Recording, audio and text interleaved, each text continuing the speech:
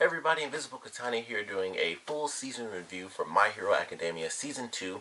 If you guys haven't seen my Season 1 review, definitely check that out. I'll put a link in the description. If you don't care about watching them out of order, I will also have that as one of the in-screen videos at the end of this review. But going into Season 2, I was pretty excited. I was like, alright, enjoyed Season 1. I understand why people really like the anime. I was like, alright, let's head straight into Season 2. And Season 2, just as good, if not better, really. I would say it's definitely better than Season 1. And that mostly comes from the fact that it was, not only, I'm pretty sure it was a much longer season. I couldn't tell because I watched it on Verve, so they don't do like, oh, it's season 2 episode blank. It's just like in order. So if it's just like 22 episodes in the first season, season 2 episode 1 would just be episode 23. So I never know how many episodes total there are. I'd have to like actually count the first one and then count at the end. But it seemed like a much longer season. And if it wasn't, and it was about the same, it was crazy, the pacing of it. But I'm pretty sure it had to have been, it felt like it was almost 3 times in length, honestly. By the time it hit the end, I was like, there were a couple of times where I was like, okay, that crazy thing happened. That's next episode's got to be the end, because I've watched like quite a few, and it was like, oh man, there's still a ton more episodes. So that happened a bunch of times, but it was a really fun season. Going with kind of typical anime, I'll say I thought for sure this was just going to be, this is like the Cell Games arc. That's what I thought it was going to be. It was like, all right, they're doing the Shonen Jump tournament. Like that is what they're doing. That is shonen to a T. It's like you have character, tournament time. That is shonen manga. So that's what I thought the whole season was going to be, because they spent a lot of episodes there, and I thought it was only going to be like 12, maybe 13 episodes for season 2. So they do that. They're going through, and we get to see like a bunch of epic fights. Todoroki, we get origins for Todoroki, and it's the absolute madness that was him not using his power and why he didn't do it, because he hated his dad, and he wanted to prove that he only needed to use his ice powers from his mom, and just all of that was absolutely insane. Deku increasing his powers, or gaining more control over them was really awesome. Him training with Gran Torino was also super cool. Random thing with that, I knew that they were doing some stuff with All Might in season 1, because I mentioned, I was like, I couldn't tell if he was saying certain cities that were from the States, but he definitely was, because he has like Detroit Smash, and there's like Texas Smash, or everything ends with Smash when I hear it. Like that's just in my head, everything's just Smash. But he was naming stuff, and then Gran Torino, I was like, that's like an actual car from the States. So I was like, I feel like there has to be a reason that they did that. And also Clint Eastwood played in, he made a movie called Gran Torino, so I was like, I don't know if that's a reference to the actual car, or maybe to reference like Clint Eastwood, or what the deal is with that. But it was interesting. I was like, there's definitely something like, connecting with this, with All Might, where he uses like famous cities from the States as his moves, and then the mentor that he sends Midoriyama to is actually called Gran Torino. I was like, that's interesting that they would do that, but it didn't seem like he went, it's not like he went to the United States to be with that guy, but that happened to be his name, and I just thought, oh, that's interesting that they kind of made that connection there. But going through the whole season, it was awesome. Midoriyama, or Deku, I just go with Deku just because it's faster. But Deku gaining control of his abilities was actually really cool. Like, watching these characters grow is probably the best part of this series. Like, it is done so incredibly well. Like I mentioned, the pacing for season 1 was good. The pacing for this season was insane. Like, going into the tournament, like every single thing that they did, and I mentioned this for season 1, every time it was like, alright, we're going to the next step. Maybe 2 minutes max. That was your montage. And it was like, it was like 3 days later, that's when the exam came, and I was like, any other anime on the planet, you would have 18 episodes talking about those 3 days in between. Dragon Ball Z is a perfect example. I saw a tweet about that recently where it was like 5 episodes and they say it's been like 15 minutes. But it was like, man, I love this anime just for that alone, where it's like, alright, they're going into, after the tournament, they're going into the exams, where they do the written exams and then the practical exams. And it was like, oh man, some of the kids were worried about the written portion, and then everyone else is like, all right, well, training and stuff for the practical exam, and it just flew by. It was like, here's a little montage, here are these kids with this person in training, here's this person with this person, and then that was it. And it was like, all right, well, boom, it's all said and done. And then they basically skipped right over the written portion. They go like right to the end, and it's like, all right, pass your tests up and stuff like that. So I loved that. The same was pretty much done with the tournament as well, where like the little stuff was kind of skipped over. The tournament was just great though. Like it's hard to say, but I feel like, I think that was my favorite part, because in the first season, of course you have like your main character, and we get introduced to a lot of the other characters, but we don't get to know them nearly as well as we do in this season. And I loved that. Like, that's why I love this season so much. Like, it was insanely well done. Where this is the type of story. This, I would say, is on the level of Soul Eater, where you have technically your main character, but in Soul Eater, it's like the same thing where everyone gets a focus. Like, if they're a main character, they get a focus. It's just named, after a certain character, or who like the main character is, but everyone's a main character pretty much, or at least, you have like 6 or so main students.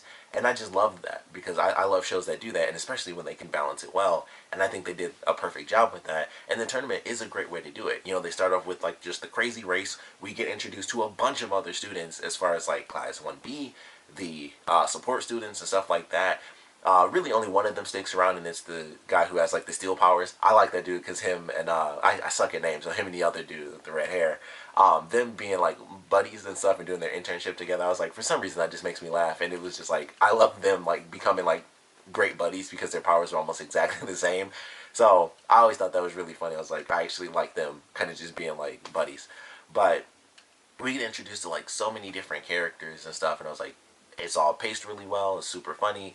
The class is like competing against one another, and everyone kind of trying to gun for 1A, because they're like the famous kids, because they actually fought villains. So everyone's gunning for them. And then of course Deku wins the race at the first giant race. So everyone's gunning for him because he's worth like 1,000,000 points during the cavalry thing.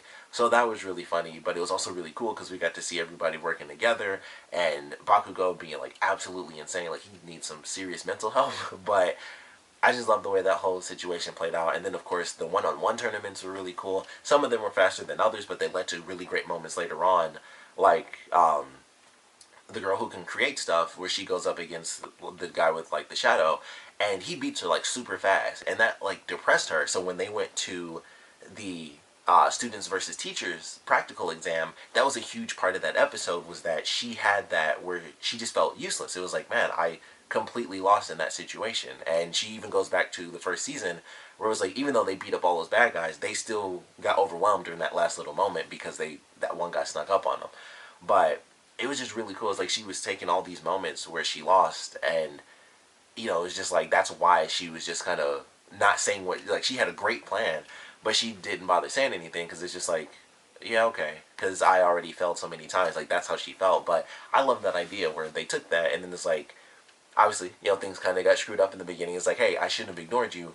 What was your plan? And they, they build it, like, the two characters, they team up and they build each other up during that fight. So I love the way they handled that. Like, everything that they did, it came back, and it was all done within this season. So really love that. Deku versus the dude, I said his name like a minute ago, but Fire and Ice Kid. That was a great fight. I really love that. The visuals for that during like their final clash, absolutely perfect. Like, I love the visuals for that, and like the way they do like all the characters they use fire, either is Bakugo, Todoroki. Whether it's like either one of them, when they do like a big move, that's like the coolest visuals. Like, even though I love when Deku, like, they do like, you can see all the power going through his fist and everything. As cool as that looks, every time they do the smoke, and like you can see the smoke, like after the explosion goes and the smoke is like going through individual fingers, it's like that takes a lot of time to do, and I notice that sort of stuff. So every time they do it, it's just like, that is freaking sweet. So when they had that fight, and it was, Deku, after he was like breaking his fingers and stuff, which was really fun to watch. Not the breaking fingers part, but I was like, it was almost really intense, because I'm like, he's just, snapping his fingers off in the very beginning of this match. And I'm like, he's got to figure this crap out. Like, he got to step it up. Like, he's not doing anything right now but defending, and that's not about to play out too well for him. And it all comes down to it, and he's even able to convince his opponent to use his other power, which might make him lose, which ultimately he did. But it's like, he was doing the, the shonen main anime hero deal, but it was still entertaining, where it's like, even as my enemy, I'm trying to tell you, you have that power. It's your power, not his. He gave it to you, but it's your own. And he's, Todoroki's having these flashbacks of his mother, and, like we found out the episode, either 2 episodes or 1 episode before that, how he got the scar on his face, which I just assumed was a part of his thing, where it was like, oh, he controls fire and ice. He got that scar either because he burned himself, or it just naturally formed. Like, people's bodies change all the time. What if he just got that scar because that's the representation of his firepower? That just made sense to me. Like, his white hair is technically the representation of his ice, because that's why his mom has white hair. So I thought that was very interesting. I was like, oh, okay, and that's, the red is to represent the fire. But it was like, no, that was actually his mom snapping and throwing boiling water on his face. And it's just like, wow, that's really effing intense. Like, that's dark. So them going through that, and it's like an emotional struggle for him, and Deku realizes, like, wow, we're going for the same goal, but for such drastically different reasons. All of it just came together very well, and the action, of course, was just super freaking sweet.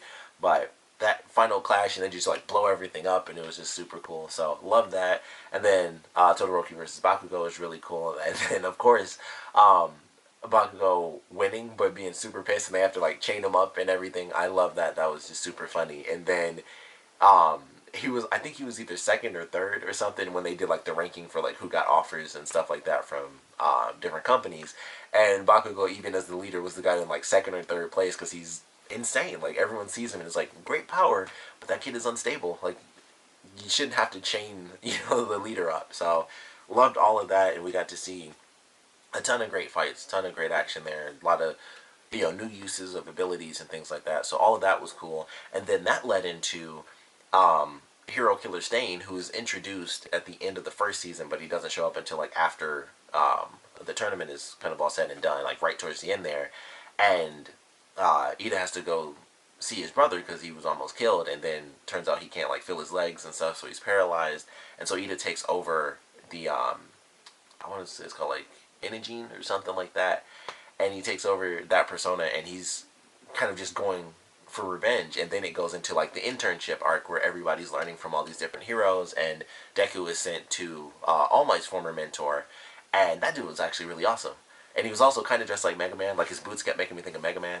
But he had a cool power where he can jump around super, super fast. So he was pretty cool. But he trains Deku to, like, focus the power in his body. And Deku realizes, oh, I have to not just use it one moment in time. I have to use it all the time. It has to continuously flow through my body so that it doesn't, like, destroy me when I'm throwing a punch. And I want to go a little bit past that 5%. So, he started to finally understand that, and is constantly going through them. They did a bit of an upgrade to his costume, so that looked really cool. But, even that, once again, as far as pacing, that was like one episode where they actually trained, and then it's like, alright, kid, we're going to switch it up because I can't have you, just learning my fighting style. You'll get too used to that. So let's go out and we'll fight some bad guys. Next episode comes along, giant epic monster blows into the train, and I was like, oh, this will be cool, they're going to do that. And it's like, no, that was one thing. And then there's like 5 other like new Nomu creatures, because the crazy dude, I don't remember like anyone's names, like I said, but the crazy dude who can disintegrate people, he and his father potentially, or older brother, they tell the story of like where One for All came from, and then that comes from like someone who's called All for One, where he can take quirks and give them.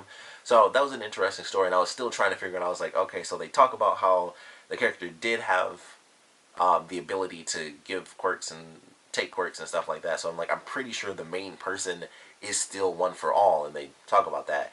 So I don't know if this is like one of who knows how many kids he's had, or if this is just some random kid where it's like, he's evil, I'll just take this kid under my wing and raise him to be an evil villain or something like that. So we still don't know the exact relationship there, but they let out all these different Nomus and stuff, and the whole city is just in absolute chaos. So I was like, oh, this will be a cool fight. And then it was like, holy crap, this really turned into almost an arc within itself. It was like 3 or 4 episodes where Gran Torino, he's, launched out of the train, he goes to fight the thing, and then Deku's like, well, crap, the whole city's blowing up, so he jumps out, and then we see that Ida, during his internship, realizes that, like, he only went to that internship because he's a freaking genius, and he knew that Hero Killer Stain would be in like a certain secluded area. So he ends up finding another hero who's about to get killed, and he tries to take him down, and he almost gets killed. And then Deku comes in, and they're, he's fighting with the guy, and this dude turns out his quirk is to paralyze people when he drinks their blood, which totally made me think of Naruto.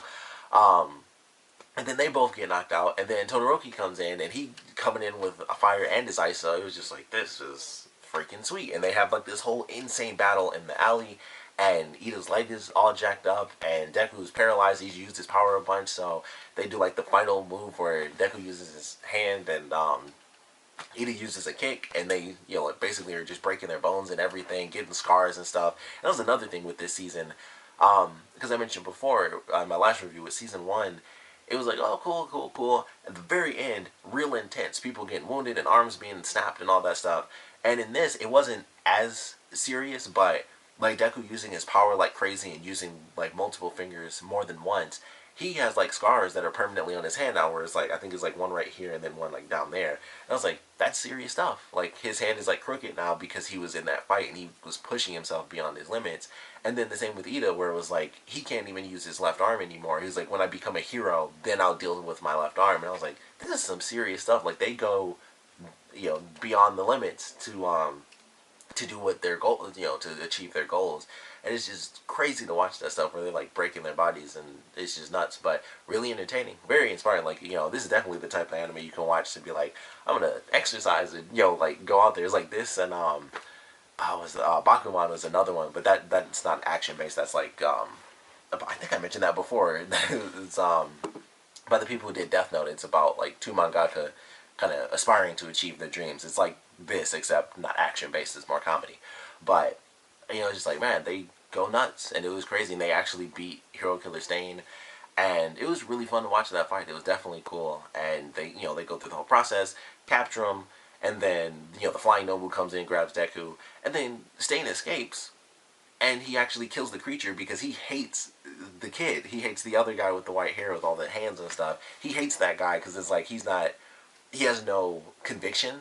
So it's like, this dude is just nuts. Like, Stain is just like an insane character where he'll kill bad guys or good guys, and he even says like, every kill that I do is to make the world a stronger place. And it's just like, he's just crazy, but that conviction is exactly what makes him like this infamous hero or infamous villain, where people are like, oh man, he's like super badass, but he's a murderer. He's like an insane murderer. So that becomes a whole thing, and that lesson, the drive of this character is what leads to the scene in the mall, which I thought was actually kind of cool, when Deku gets captured. And is like, the guy's trying to figure out like, what is it that makes this guy so important compared to me? Like, we're doing the exact same thing. I'm even sending out multiple creatures. He's just one dude, but no one talks about me. Like, everyone's talking about him the next day, and it's like, not only did we not make the front page, but like no one's even talking about us. Like, nothing about us is there. It's all about Hero Killer Stain. So that was just very interesting. And then he finally gets his conviction, where it's like, oh, I see. It's All Might. Like, you are following All Might. He wants to kill All Might. So that's what I'm going to do too. Or, it's kind of like, only he deems All Might as a true hero. And it's like, everything is All Might's fault, which I thought was funny. So he's gained his conviction. He has at least two people. They don't really get to do much in this season like I thought they would. Because they showed up like halfway through, I want to say. And it was like, okay, so we have this random crazy girl and this random crazy guy. And they decide to join up with the League of Villains, or whatever they're actually called.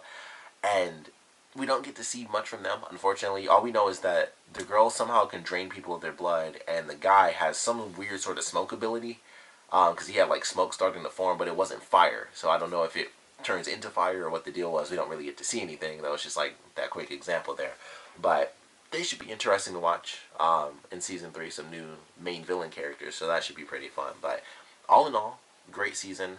There's a couple of moments in there that are a little dark, as far as, I mentioned this before, All Might not really being around too much longer. It doesn't happen in this season. They don't, pass too much time. It's really only like, this whole season takes place within like a couple of days. So it's like, okay, that's an easy way to kind of get around that idea. But they kind of have to do that for a while. I don't know. I almost want to go into the manga just to see if he's still alive in the manga now. But definitely a great second season. Looking forward to Season 3. I don't know if I'm going to get into reading the manga. If I do, then I'm going to have to catch up on Boruto first, because I haven't gotten into reading that, and I really need to read that and start reviewing it. But yeah, definitely a great second season. Really love the opening theme. The first opening for this season, I really like. I think this is the first song, honestly, out of the whole series that where I was like, I actually like this. All the other songs have been okay, but I haven't liked any of them like that. This one I actually watched every time it was on the opening, because I was like, I love the opening of this with the drums and everything. So I love the first opening of this season. The I want to say it was the second ending I really liked, but that wasn't because of the song. I just love when people make endings where it's like they put the characters in like totally different situations. Like it was all the characters in medieval times, and characters were mages and knights and uh, bandits and stuff like that. I love when they do that sort of stuff for like openings and endings. That's always like really entertaining to me for some reason. So I really like that just visually because it's like, oh, this is where everyone would be if it was like a fantasy anime. Like I just like that sort of non, that non-canon sort of thing. So I just think it looked cool. But love this season. Can't wait for season 3. I think I mentioned this before, but there is a game coming out. Not sure how close that game is to coming out. Like they just released like screenshots and stuff, but definitely a great second season. Of course, would love to know what you guys thought about season 2. So please comment below. Let me know your favorite parts about it, your least favorite parts about it, and I would actually love to know how you would compare this season to season 1. Like for me, I think it is much better. Even if it was cut to just the tournament arc, I would still say, I mean, honestly, like I said, I think that's my favorite part about it, about the whole season anyway, is that allowed for so much character development in the individual battles. It was like, okay, this is why this person's fighting so much. She's fighting because of her, she wants to honor her parents. He's fighting because he just wants to be number one.